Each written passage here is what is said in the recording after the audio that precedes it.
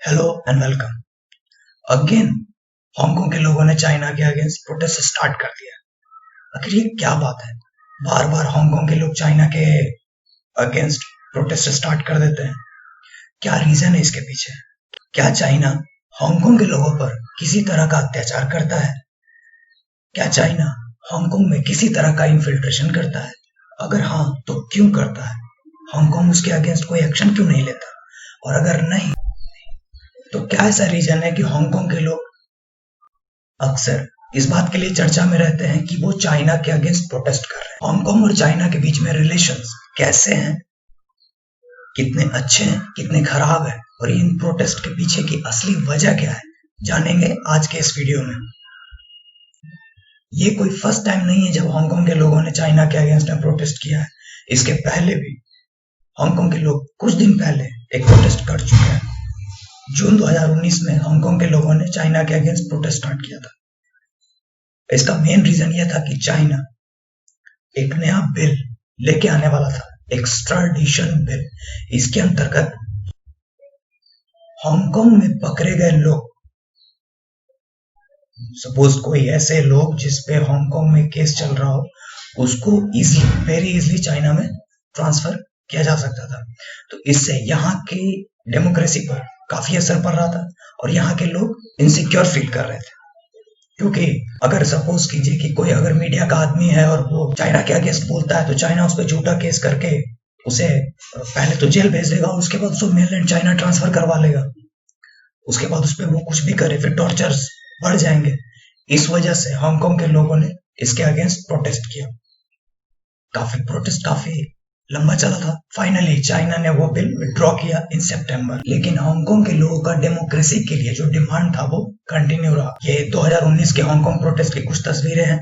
Protest काफी बड़े level पे हुआ था, लगभग में पूरी कंट्री इसमें शामिल थी। अभी फिर से हमें कुछ ऐसा देखने को मिल रहा है कि हांगकांग में प्रोटेस्ट स्टार्ट हो गया है। अभी वहां की एक फ्री मीडिया की कॉरेस्पॉन्डेंट है जिन्होंने एक वीडियो ट्वीट किया था।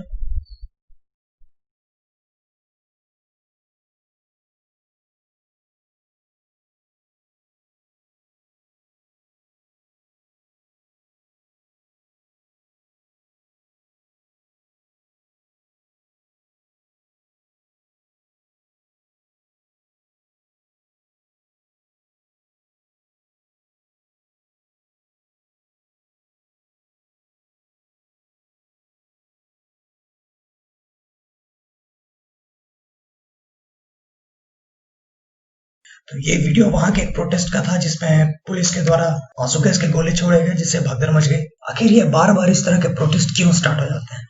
क्योंकि इसका मेन रीजन ये है कि चाइना बार बार हांगकांग पे अपने द्वारा बनाए गए नए कानून थोपने की कोशिश करता है और वो कानून वहां के डेमोक्रेसी के लिए सेफ नहीं लगते हैं वहां के लोगों को।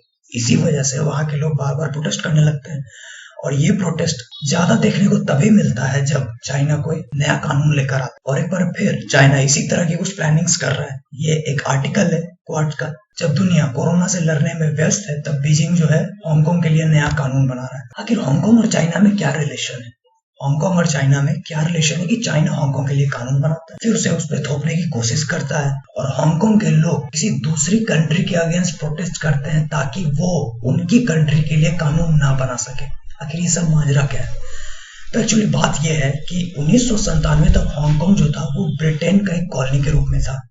1997 में ब्रिटेन ने इसे चाइना को वापस कर दिया, बट कंडीशन ये रखी कि 1 कंट्री 2 सिस्टम चलेगा। यानी हांगकांग को चाइना के अंडर पूरी तरह से नहीं रखा गया, इसे एक ऑटोनोमी बनाया गया।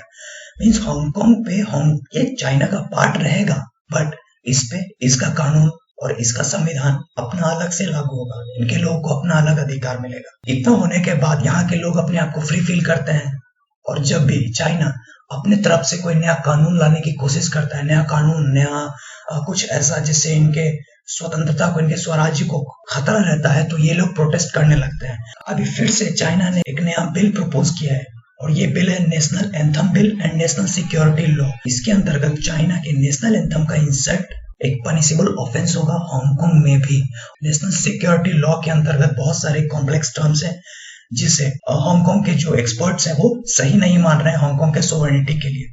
और ये इमेज उस समय की है, ये हांगकांग फ्री प्रेस HKFP के द्वारा ट्वीट किया गया एक इमेज है।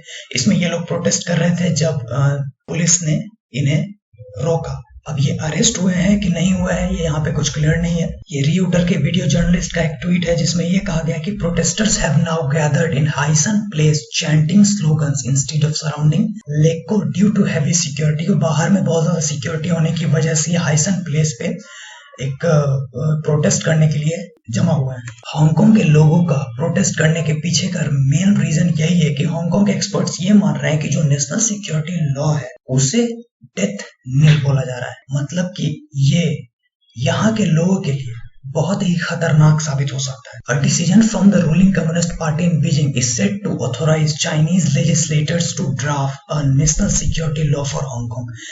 इस लॉ के मुताबिक चाइनीज लेजिस्लेटर हांगकांग के लिए नेशनल सिक्योरिटी लॉ ड्राफ्ट करेंगे। ऐसा एक डिसीजन लिया गया है चाइना की रूलिंग कम्युनिस्ट पार्टी के द्वारा। इस रूल के अंदर ये क्लियर नहीं है, ये क्लियरली मेंशन भी नहीं है, लेकिन इसकी पॉसिबिलिटी बताई जा रही है कि चाइना की जो मेन पुलिस है और सिक्योरिटी एजेंसीज है ये इनको ये अधिकार मिल जाएगा कि ये अपने ऑफिस हांगकांग में सेट कर सके।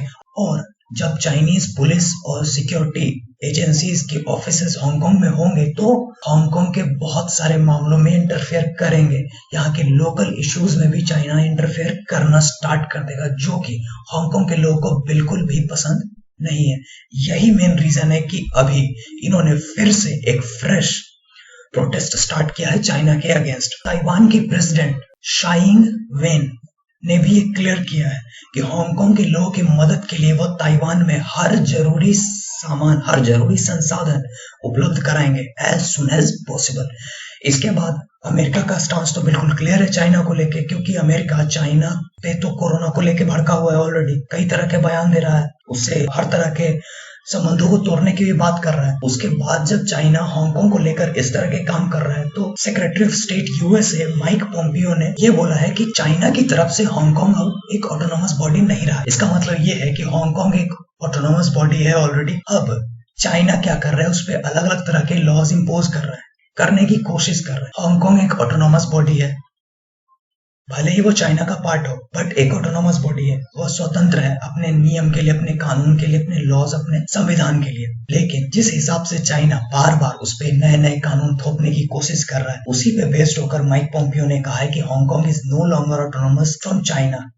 चूंकि इस बात से चाइना पे कोई फर्क नहीं पड़ता है, जैसा कि उसने आर्टिकल्स में कहा है और बहुत सारी जगहों पे ये बयान दिया है। इवन की चाइना ने यूएस को थ्रेट दिया है कि अगर हांगकांग लॉ के बेसिस पे अगर यूएसए चाइना पे किसी प्रकार का सैंक्शंस लगाता है तो यूएस को काउंटर मेजर फेस करना पड़ेगा। ग्लोबल टाइम्स के एक आर्टिकल के अनुसार, ग्लोबल टाइम्स चाइना का थिंक टैंक है, इसके अनुसार Hong Kong act sponsored could be put on no entry list। इसका सीधा सीधा मतलब ये होता है कि अगर हांगकांग का एक्ट, जो भी वहां पे प्रोटेस्ट हो रहे हैं, अगर वो स्पॉन्सर्ड है तो जो भी इसको स्पॉन्सर कर रहा है उसको नो एंट्री लिस्ट में शामिल कर दिया जाएगा, यानी कि उसकी चाइना में एंट्री बैन कर दी जाएगी। यानी कि जिस पे भी डाउट होता है कि वो हांगकांग के प्रोटेस्ट को एस्केलेट कर रहा है तो वो क्या किया जाएगा, उसको चाइना में उसकी एंट्री बैन कर दी जाएगी। एक और आर्टिकल है कि US talk of Hong Kong nothing burger. इसका मतलब क्या, चाइना के अनुसार यूएस जो हांगकांग के बारे में बातें कर रहा है वो कंप्लीटली यूजलेस है, इनसिग्निफिकेंट है। मतलब चाइना को उससे कोई फर्क नहीं पड़ता। चाइना के कहने का सीधा सीधा मतलब यही। लेकिन इस बीच हांगकांग के लोग कहाँ खड़े हैं? हांगकांग के लोग अपने अधिकारों के लिए, अपने देश को चाइना के नए नए नियमों से बचाने के लिए प्रोटेस्ट कर रहे हैं। हांगकांग के लोग पूर्ण डेमोक्रेसी चाहते और चाइना से फ्रीडम चाहते हैं।